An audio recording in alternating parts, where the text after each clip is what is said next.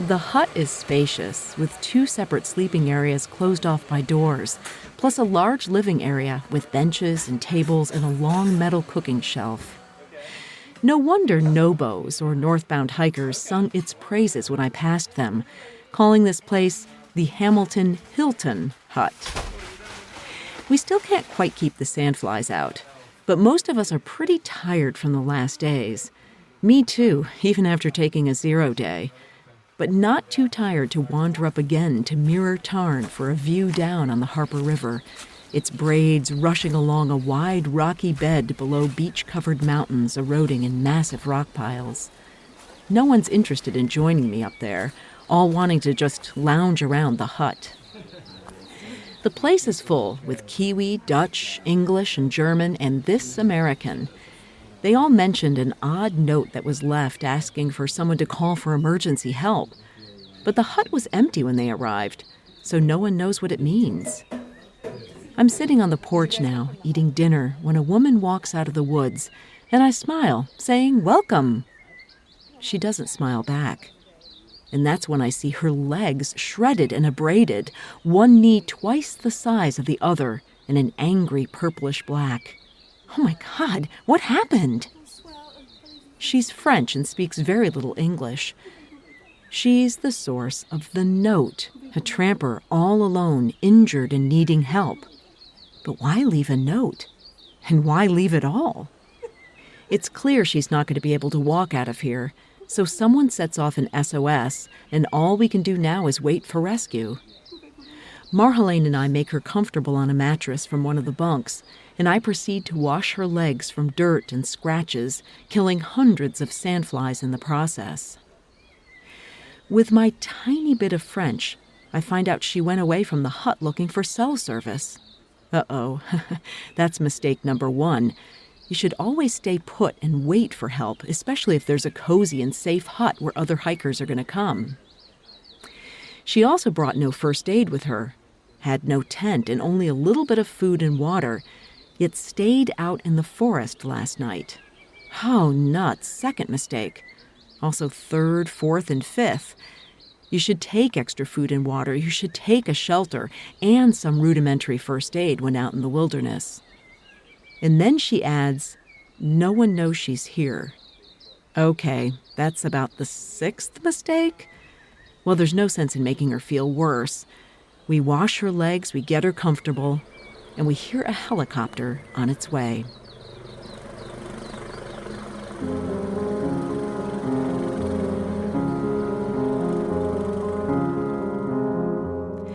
You're listening to the P-Rag, Unfiltered Adventures of the Blissful Hiker. I'm Allison Young, the Blissful Hiker, sometime professional flutist, sometime voice artist, and full-time pedestrian. Like the small backpacking essential of the same name, the P-Rag shares the unglamorous but vital truth about empowerment as badass people who really don't need permission to blaze our own trails in this journey we call life. Thanks so much to Lecky Trekking Poles for supporting the P-Rag podcast. If you want to be a blissful hiker, Lecky should be in your hands. And Belega, makers of the best blister-resist, non-slouching, foot-massaging socks for the long haul.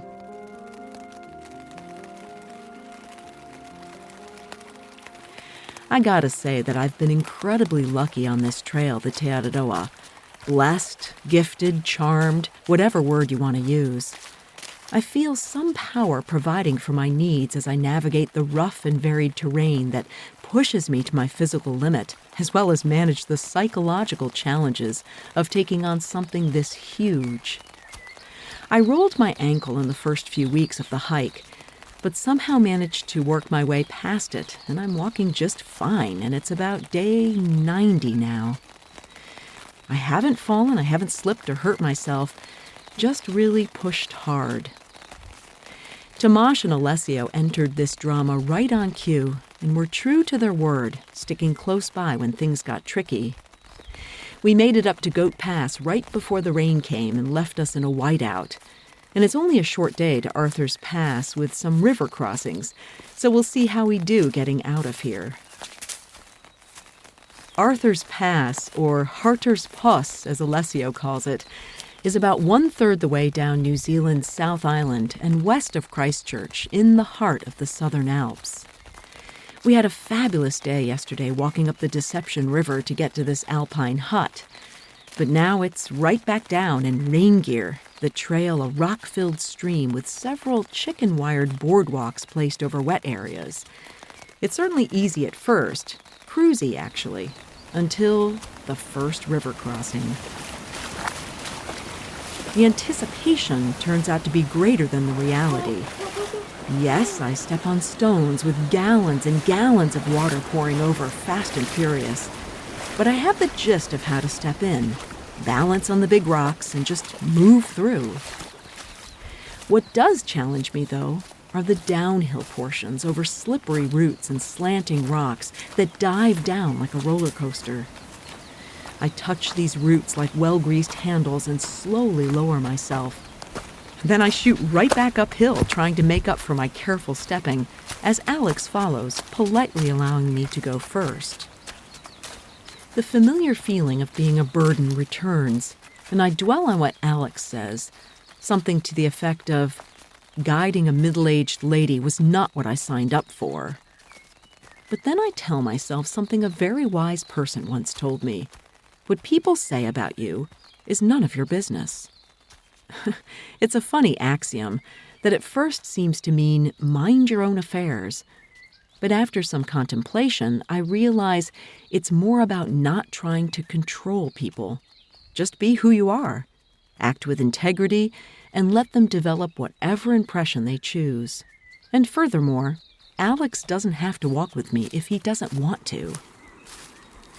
We go up and down and cross side streams and hop over boulders sheared off the sides of high mountains, their summits beginning to appear as the sky clears. Alex and I talk about his work in wineries and his free lifestyle 3 years away from his home of Florence. He tells me he likes to walk with people and sometimes to walk alone, but he's pleased we stuck together. Okay, whatever. He also tells me he can always pick out the American hikers. They carry small backpacks and are in such a hurry, he says. They make no time to stop and talk. Wow, I hate to think that I'm in a big hurry. I like that I went really far on some days on this through hike for a variety of reasons, like avoiding a group of 10 hikers or positioning myself for good weather. And at least I think I do it for me and not to be the fastest or the strongest middle-aged woman on the trail. We arrive at a boulder-strewn riverbed, 4 crossings of the braided Beely River, and then the highway across train tracks. And just like that, this section ends. Tomasz and Alessio walk the 6 kilometers off trail to Arthur's Pass, where our resupply boxes await pickup. And I get a ride in a vintage Chevy, the man on his way home from a car show in Christchurch. He definitely wants my pack and sticks in the boot to protect his pristine interior and refuses to take on any other riders. He gets me to the dock office, and there's a package for me from Will, including a note that he'd like me to deliver to his best friend who just happens to live in White Bear, Minnesota. There's also a card telling me to remember no one has walked a step for you. It's funny, Alessio actually tells me the same thing. Well, I immediately begin calling motels and hostels for a place to take a break, but everything is full due to a race. Must have been those runners we saw on the Deception River. So I make a call to my friends Steve and Nelson on the off chance he knows someone in this area. 10 minutes later, Jane calls me offering the use of her batch for a few nights. She graciously allows me to include Alessio and Tomasz, who saw me through these last days. So after a big meal in town, we make ourselves at home in this cozy, comfy 1950s bungalow with a wood stove and a long drop.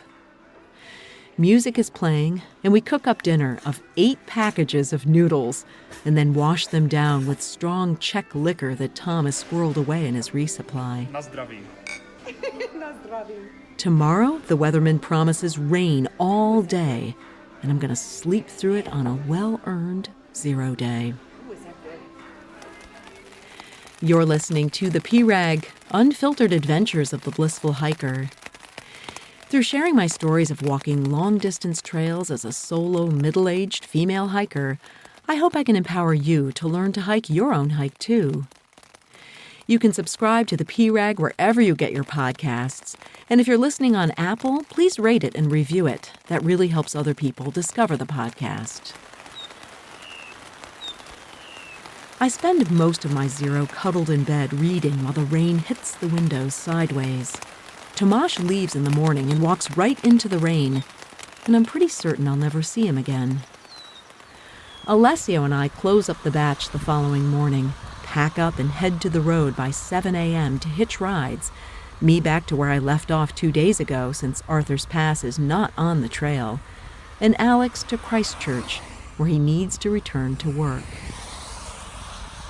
My ride is immediate. One of those massive 2 cargo trucks driven by a guy named Tom of the missing front teeth. He explains that the road was only recently rebuilt. It used to be 1 lane, and truckers needed to radio ahead. Some would forget, and then they'd come face to face with another truck, and one would have to back up on these narrow, windy roads. Still, most bridges are on 1 lane and require taking turns. The ride is short but smooth, and when I thank Tom, he gives the usual Kiwi, "That's all right," an even more laid-back form of "no worries." I'm alone again, walking on the road to begin the next section, one fairly short and reasonably straightforward. The crossings of the Harper River on this side of the divide will be numerous, but likely not flooded and scary. The mountains come into view behind me, so I turn around every so often, seeing them grow, capped with glaciers. I realize that today is January 29th, and the beginning of my 4th month walking. I suddenly feel an urgency to finish, and a nagging insecurity that I can't keep going. I am tired and my feet are complaining, and I know I need to rest more. It is an odd place for me to be because I want to get there, but once I do, it's over. Am I really ready for this to end? A man with binoculars is parked on the side of the road, and I ask him if he'll take my picture. He obliges and then tells me he's finding rare endemic birds, a tern and black-tipped gull that I see soaring on the river terrace. I turn up a country lane that takes me to a track and past Beely Hut, where Marjolaine and Floris are packing up. I hoot a hi, and they wonder why I'm hiking so early in the morning. The trail goes up and up in the forest, native mixed with exotic, dark and cool. It's steep, but again, reasonably so, compared to what I've just done. Finally, I'm on the tussocky top, where the view opens right up, huge mountains down to the sprawling riverbed. Below my feet are tight-to-the-ground plants and deep reds. Apparently this color helps them manage the harsh cold. I meet 3 friendly Kiwis on this saddle who move on quickly while I linger with my mountains before re-entering the forest. I stop often, taking in more food and orange drink before reaching a cute A-frame shelter. Boy, I could simply sleep right here on this tiny shelf. But I move on, hoping my feet hold up. I cross the river over and over, and then a massive landslip like a rock avalanche, dirt and rock pouring into the forest and stream. It's very careful stepping here as I dislodge rocks that crash below me. At a tiny run-down shelter, I see in the hut book that Amelia from day 1 dislocated her shoulder and was evacuated from here. But she's already back on trail a day ahead of me. Eventually, a bridge takes me across to the Hamilton Hilton, a lovely sprawling hut where I arrive in time for a first-story bunk. The ambience is super relaxed. The Kiwis, 2 Dutch and an Englishman, plus Jill from the other night, and a German who calls himself the Cheese Man. I cook a late lunch, and we talk about the state of the trail. English Adam saying he prefers the tough challenge to maintain trail. Well, for me, it's a matter of degree. Challenge is great, But poorly designed trail is another thing altogether. Would Amelia have taken such a fall on a U.S. trail? I'd love to know the statistics. We leave it unresolved as I take a short side trip up to Mirror Tarn. From here, the view is superb down the valley, and I sit for a long time above the Harper River, the bridge far below at the bottom right edge of a bit of land pushing out like a snout from the mountain. Likely it's an ancient landslip, now covered with trees and forcing the river to bend to its will and around it. The river is gray braids, though only one stream comes through, with evidence of others so impatient to be first. They dug their own channels last spring. Now only an indentation remains. Stones give way to tawny meadow, a few tree pioneers staking their lonely claim. Except for draped sheets of faded grass on the slopes, the mountains look like enormous piles of gravel exfoliating in V-shaped sifts, stained black and red. Mirror Tarn is an algae-rich pond, but lovely in its stillness, seemingly pondering what towers above her. The sky is gray except for a strip of baby blue. The trail here is steep and also eroding, sand and rocks washed away. One false step, and I'll tumble hundreds of feet down.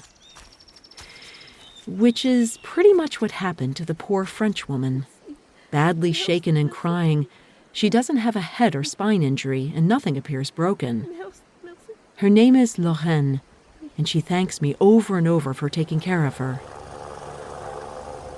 The helicopter comes quickly, first landing below near the river, then maneuvering up next to the hut so she doesn't have far to go. It's strange that she didn't stay in the hut, since it's high season and there will always be people coming and going. Maybe she thought it was private or off limits to her. Odd. The others watch the helicopter lift, then lean over and turn away, the blades whipping the air like a tornado. They're oddly detached. They appear to blame her for her predicament. I agree that she did not make good choices, but a fall like that could have happened to any of us, and I identify with her traveling alone, not always sure how things work or what to do when there's a problem. And that's especially difficult if you don't know the language. After they go, we settle into the evening. A jigsaw puzzle is found, and a few begin turning over the pieces and building the frame. I like the relaxed nature of this crowd, so different from the previous days. Florist tells me they hardly plan each day, so tend to miss the weather windows, whereas I push hard to get them and thus walk up rivers and over passes that they missed. He's more sanguine than I, telling me those that go fast just get it over with faster. Well, there's a good point for that in these coming weeks, to take time and enjoy, because before I know it, I'm going to be done with this hike. And I'm not quite ready to be done yet. And I'm definitely not ready to push so fast that I fall and hurt myself.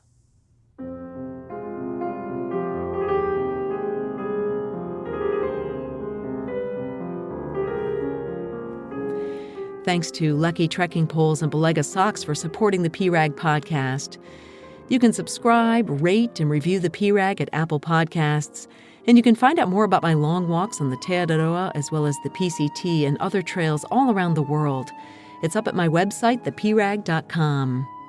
And the music you're hearing, the flute playing, that's me from many, many years ago. You can find the music on iTunes. Next week, I walk toward the first hazard zone, the massive and impassable Rakaya River.